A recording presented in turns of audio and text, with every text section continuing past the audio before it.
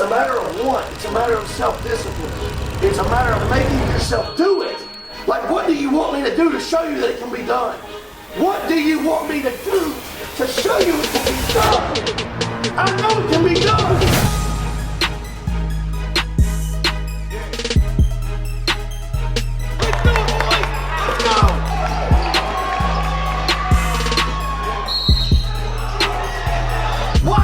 Want that for yourself? Why don't you want it?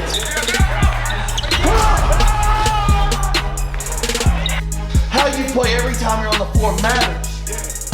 How you represent yourself matters. Be a man, make a man pass, make a man cut, make a man dive, make a man crash, make a man box out, make a man sprint. That's the difference. They're man your voice, they're man your voice. That's the difference right now.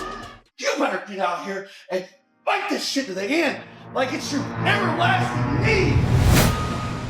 In a world that often glorifies success stories, I've come to learn that the most powerful narratives are often those that remain untold. I found myself stepping into the life of a basketball coach, a husband, a father, and a Catholic, driven by a singular mission: to help young athletes navigate the challenging waters of postgraduate basketball. It wasn't glamorous, it was gritty, raw, and profoundly real.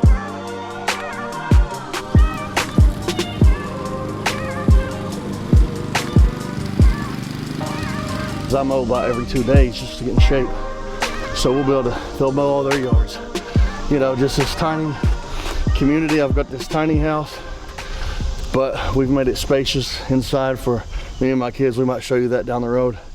But I like it, it's nice, it's manageable. When COVID hit, I was blessed because people were losing their homes and losing their jobs and having to stay at home, and my house was already sustained and taken care of, so I didn't have to worry about that. Well, the self-propel broke in that thing about a month ago.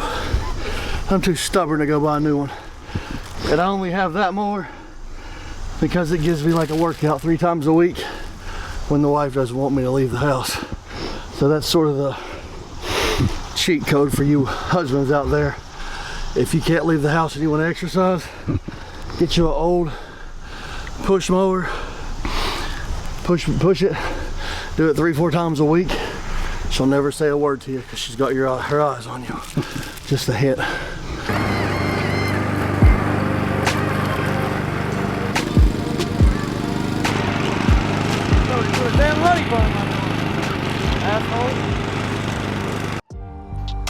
So today we're going to start what I like to refer to as the placement process. I'm going to take the next 3 months and demonstrate what it takes to get to the next level. Well, you didn't eat before you come in here. I didn't. I didn't at all. Yeah. Coach, the moment of truth. So we're right at 197, which is, I was 196, but I had my shirt off the other day. So it's pretty much same as where we were 4 days ago. So There you go, 197. yeah, but we're technically, you know, I've lost 9 pounds to this date. So the goal is to get to 186. So And by when? about August 17th. Gotcha. By move-in day. By move-in day. So if we get there, we'll be good. It'd be better if we could get to 176. Yeah. Gives you about 8 or 9 weeks. But that'll be tough. It's Friday, June 21st. Myself and Coach Cross, we're on the mission to lose weight this summer and get back in game shape. And right now we're about to hit the track at East Tennessee State University. I help close to 100 kids on their journey to achieving their dreams of playing at the collegiate level. D1, D2, NAIA, and junior colleges across the United States. But here's the truth, none of these kids paid for a golden ticket, and there are no shortcuts to success in this game. The harsh reality is, unless you have a cheat code, like being the coach's son, a friend of the program, or someone with deep pockets, your chances of getting noticed is slim.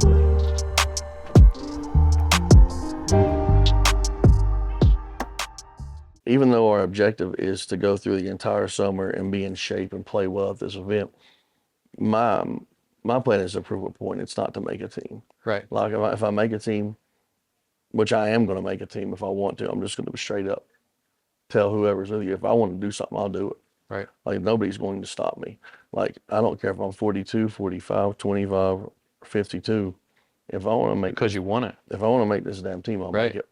And what I want to do right now is I want to prove a point to anybody that's ever been in our program in the last 10 years, and anybody that knows me now or anybody that's going to know me, that when you come here, you're going to play for a guy that believes in every ounce and every word that he says to you, whether it's good, whether it's bad, whether it's beneficial, whether it's not beneficial, whether it's funny, that we're going to go out there and we're going to chase this thing and we're going to chase this dream.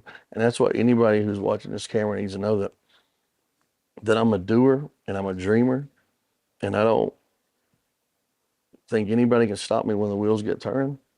And I know that in this 42-year-old body that I can still hoop. Like, I've still had really, I can pass really great. And I know if I get in shape, I'm still quick.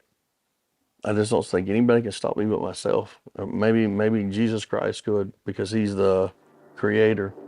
And if you can get back in shape in 2 or 3 months, the reason you would want to come to Experience is because we can train them in 2 or 3 months to be prepared for the elite schedule that we have. Yes, and we're doers here. As I transition into the role of coach, I could see fragments of my young self in the athletes I coach. Unnoticed, unwanted, doubted, ridiculed, and often called crazy for daring to dream big. I resonated deeply with their struggles, knowing exactly what it felt like to be an underdog.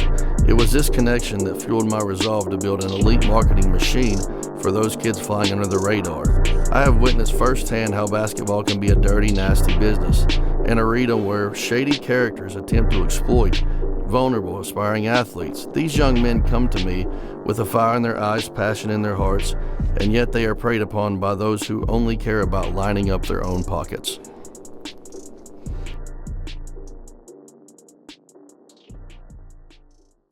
Guys, this is Cameron George. He played 2 years at ETSU. He played last year at King University. He went to school here. He sort of lives, 30 minutes from here, 20 minutes? Yeah. I'm going to let him talk, and I'm sure if you have questions, you can ask him or whatever you want to do. I was here whenever, it was the first year they changed the Experience Academy, you feel me? And, I'm looking at y'all videos and stuff, and, right now, the stuff y'all got right now, ETSU, D1 resources, not many prep schools got that, bro. Besides the big boys, Montverde, IMG, you feel me? All them names like that. So y'all blessed to be in a situation for real, you feel me? So, if y'all got any questions, I can just answer for real, because I ain't got no speech for real, so. Why don't you tell them, honestly, they think I'm blowing smoke, and then we have know-it-alls that are in and out of here. Why don't you tell them for real what it looks like to go play at Hargrave? Yeah. And what that looks like compared to a normal prep school? Sure, it's like playing a D1 team for real. I'm not gonna lie, PG's 6'2", 6'3", big boys, 180, you know what I'm saying? So it's the real shit out there. Everybody's 6'2 plus, 7-footers, all that. D1, side majors, 5 stars, you can name it for real. Play against the best that America has offered, so it is what it is. So tell him about your struggle, not your struggle, but our team's struggle when we went from practice to playing those games. At first, it was hard because it's you make you question yourself, damn, these boys is raw out here. So it's you just question yourself, and then as time went on, you feel me, you get transition, you get kind of comfortable to the level of play. You know what I'm saying? Then you get comfortable and do what you got to do out there. That's kind of how it went for me at first, because I was kind of struggling at first. And I said I probably averaged 20, 25, a season went on against IMG, all them boys. So, yeah, so just got to adjust, is all it is. So. Would you say that, I probably don't change my demeanor much, I'm pretty much the same every year. Mm-hmm. Would you say that I tried to prepare you guys and tell you guys what you were facing and you didn't believe it till you got there? Yeah. Even in college, to be honest, the workouts are the same level as here, probably even worse, to be honest. Conditioning, way more than what we did here. So, what he's doing right now, same shit in college, bro, I promise you.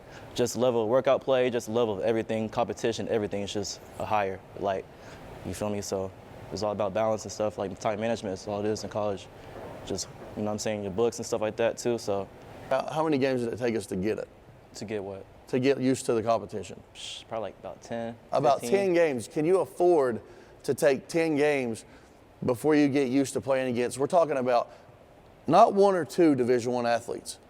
We're talking, there's 5 Division I athletes on the floor, and if you barely get by one, the next guy's stepping over to help side, And that's when it becomes overwhelming. It's not necessarily the one-on-one matchup you have, it's the help side, the length, and everything factored into that. If you do beat that guy, then you got to beat another guy. So that's what we're talking about. Usually when you beat a guy like that in high school, the guy who's helping, he probably ain't going to stop you because he's not a Division I guy. And that's all that I'm trying to do is open your eyes to be ready and seize the opportunity during practice and have as little drama outside of practice, because what you're doing is stressful. When you get down to February, it's stressful, isn't it? When you actually start talking to these programs and then they'll start putting restrictions on you. And let me just give you an example. Let's say King University comes in February and offers him a scholarship. You're like, wow, I got one offer, that's great. They may say, you only got 7 days to decide. Yeah. And then if you decide to gamble on hopefully getting another offer, then that one's gone. That's what happened to me at Mount Olive. Yeah, because they give it to somebody else because you think you have all day. And then you come in, you're like, well, I'm not sure about this one. Then you lose that offer. Then you might get another one. You're not going to get 7 offers all at once on the same day. You might get a couple, but they're going to exhaust themselves because each coach is different. What's different about doing this doc series and watching another one is how many times do you have a 42-year-old coach who's crazy and relentless as me, who preaches being crazy, being relentless, and chasing your dream hard. And then backs it up. And then actually goes out and backs it up and has not been successful at it twice already in his life. But he's going to try to do it a third time. So you already went through this before. At 42. I went through this. And that's sort of the blueprint for how we do things now. You have to email people. You have to call people. You have to introduce yourself to people. Like, you don't just go into a gym and your game just shine and you get picked up. There's a politics to it. There's a networking to it. There's a marketing to it. And there's a numbers game that you have to exhaust yourself and go through everybody because you don't know if they have your position covered. Yeah. You don't know all the ins and outs. And just because you're not picked at one school, even though they like you, they may just not have room for you. So it's not just about playing games. No, we want to set an example for Experience Academy, all the players coming in and all the players that have been here and all the people that I've talked shit to, and just let them know that we're coming. Like you hear Deion Sanders say that he's coming. Well, Right. Shit, Patrick Grayson's coming, and it's full steam ahead, and you can't stop me. When we get on that floor in August, I'm going to annihilate you. And you may look at me now funny being a little bit overweight, but when you see how skinny and how in shape I am in 2 to 3 months, you're like, that guy's crazy. I want to play for that guy because he practices what he preaches.